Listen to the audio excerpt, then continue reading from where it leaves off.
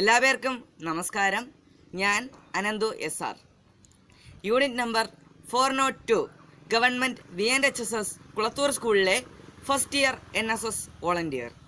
ആദ്യമേ തന്നെ നിങ്ങൾ ഓരോരുത്തർക്കും ഹാപ്പി ചിൽഡ്രൻസ് ഡേ. ഇന്ന് ശിശുദിനം, നമ്മൾ ഓരോ കുട്ടികളുടെയും ദിനം.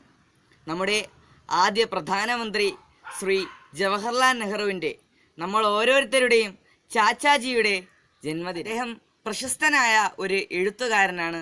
സ്വാതന്ത്ര്യ സമര സേനാനികൾ എന്ന് കേൾക്കുമ്പോൾ നമ്മുടെ മനസ്സിൽ ആദ്യം ഓടിയെത്തുന്ന കുറച്ച് പേരുകളുണ്ട്. അതിൽ ഒന്നാണ് നമ്മുടെ ചാച്ചാജി. ഇങ്ങനെയുള്ള തിരക്കുകൾക്കിടയിലും അദ്ദേഹം കുട്ടികളോടുള്ള സ്നേഹവും വാത്സല്യവും അദ്ദേഹത്തിൻ്റെ മനസ്സിൽ നിന്നും പുറപ്പെടുവിച്ചു.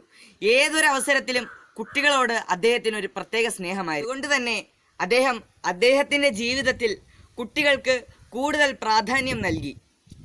അങ്ങനെയുള്ളൊരു വ്യക്തിയുടെ ജന്മദിനമാണ് നമ്മൾ ശിശുദിനമായി ആഘോഷിക്കുന്നത്. പണ്ട് നിരവധി പ്രശ്നങ്ങൾ ഉണ്ടായിരുന്നു. വിദ്യാഭ്യാസം ഇല്ലായ്മ, അങ്ങനെയുള്ള ബാലവേല, അങ്ങനെയുള്ള ഓരോ പ്രശ്നങ്ങളുമുണ്ട്.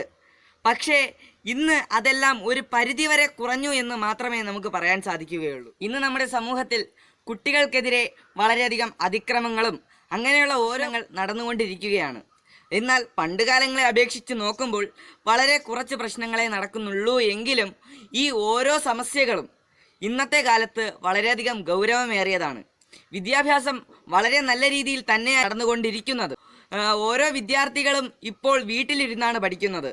കുറച്ച് മുൻപ് വരെ എല്ലാവരും സ്കൂളുകളിൽ പോയി വളരെ നല്ല രീതിയിൽ പഠിച്ചുകൊണ്ടിരുന്നു. പക്ഷേ ഇന്ന് ഓരോ വിദ്യാർത്ഥികളും സ്വന്തം വീട്ടിലിരുന്ന് മൊബൈലിന് മുന്നിലിരുന്നാണ് പഠിക്കേണ്ട അവസ്ഥ വന്നത്. ചില കുട്ടികൾക്കെങ്കിലും മൊബൈൽ ഫോണോ അല്ലെങ്കിൽ റേഞ്ച് പ്രശ്നങ്ങളോ കാരണം വിദ്യാഭ്യാസം കുറച്ചൊക്കെ പിന്നിലോട്ട് പോകുന്നുണ്ട്. തീർച്ചയായും അടുത്ത ഒരു ഇനമാണ് ബാലവേല. നമ്മുടെ ഈ സമൂഹത്തിൽ നമുക്ക് കൂടുതലായി കാണാൻ സാധിക്കുന്നില്ല എങ്കിലും പലയിടങ്ങളിലും ഇപ്പോഴും ബാലവേല നിലനിൽക്കുന്നുണ്ട്. അതിന് കാരണം ഓരോ കുട്ടികളുടെയും ജീവിത സാഹചര്യങ്ങളും കുടുംബ പ്രശ്നങ്ങളും ദാരിദ്ര്യവും അങ്ങനെയുള്ള ഓരോ കാര്യങ്ങളാണ്. അപ്പോൾ അതിൽ നിന്നെല്ലാം ഓരോ കുട്ടികളെയും പിന്തിരിപ്പിക്കേണ്ടത് നമ്മുടെ ഉത്തരവാദിത്വമാണ്. അവരെ ബോധവൽക്കരിപ്പിക്കുക എന്നുള്ളത് നമ്മുടെ ലക്ഷ്യമാണ്. അതുപോലെ തന്നെ കുട്ടികളിൽ കണ്ടുവരുന്ന വേറെ ഒരു വലിയ സമസ്യ തന്നെയാണ് ലഹരി വസ്തുക്കളുടെ ഉപയോഗം. അതിലോട്ടെല്ലാം കുട്ടികൾ മുതിർന്നവരിൽ നിന്നാണ് വഴുതി വീഴുന്നത്. അപ്പോൾ നമ്മൾ അവർക്കൊരു മാതൃകയായിരുന്നാൽ മാത്രമേ, അതായത് മുതിർന്നവർ അവർക്കൊരു മാതൃകയായിരുന്നാൽ മാത്രമേ ഭാവി തലമുറ കൂടുതൽ ഉണർന്നതും ഊർജവത്തായതുമാവുകയുള്ളൂ. നാളത്തെ പൗരന്മാർ, നാളത്തെ നമ്മുടെ ഇന്ത്യ ഇന്നത്തെ ഓരോ കുട്ടികളുടെയും കയ്യിലാണ്. അപ്പോൾ അവരുടെ സുരക്ഷിതത്വം നമ്മുടെ ഓരോരുത്തരുടെയും ഉത്തരവാദിത്വമാണ്. ദൈവത്തിൻ്റെ കയ്യൊപ്പ് ഓരോ കുട്ടികളുടെ തലയിലും ഉണ്ട്. അതിനർത്ഥം ഓരോ കുട്ടികളും നിസാരക്കാരല്ല എന്നുള്ളതാണ്. എന്ന് വച്ചാൽ എല്ലാ കുട്ടികൾക്കും അവരവരുടേതായ കഴിവുകളുണ്ട്. ചില കുട്ടികൾ നല്ല രീതിയിൽ പാടുമ്പോൾ മറ്റു കുട്ടികൾ അഭിനയിക്കും. എന്നാൽ മറ്റു ചില കുട്ടികൾ വളരെ നല്ല രീതിയിൽ പഠിക്കും. അപ്പോൾ അവരവരുടെ ആഗ്രഹങ്ങൾ വ്യത്യസ്തങ്ങളാണ്.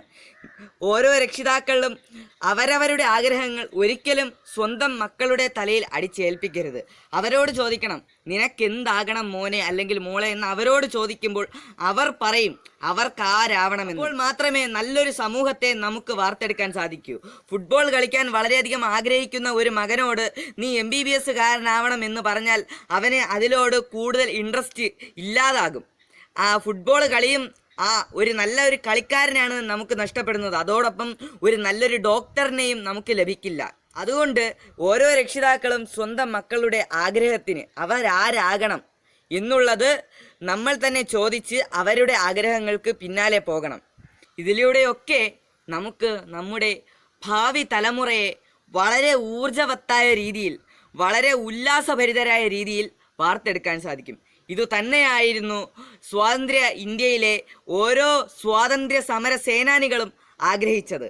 സ്വന്തം മക്കളെ നല്ല രീതിയിൽ വളർത്തുമ്പോൾ അവർ നല്ല പൗരന്മാരായി നാടിനും സമൂഹത്തിനും എന്നും എപ്പോഴും ഒരു നല്ല കരുത്തരായ പൗരന്മാരായി ജീവിക്കും. ഇതിനുവേണ്ടി ഇന്നത്തെ ഓരോ കുട്ടികൾക്കും ഒരു നല്ല ശിശുദിനം ആശംസിച്ചുകൊണ്ട് ഞാൻ എൻ്റെ ഈ എളിയ വാക്കുകൾ നിർത്തുന്നു.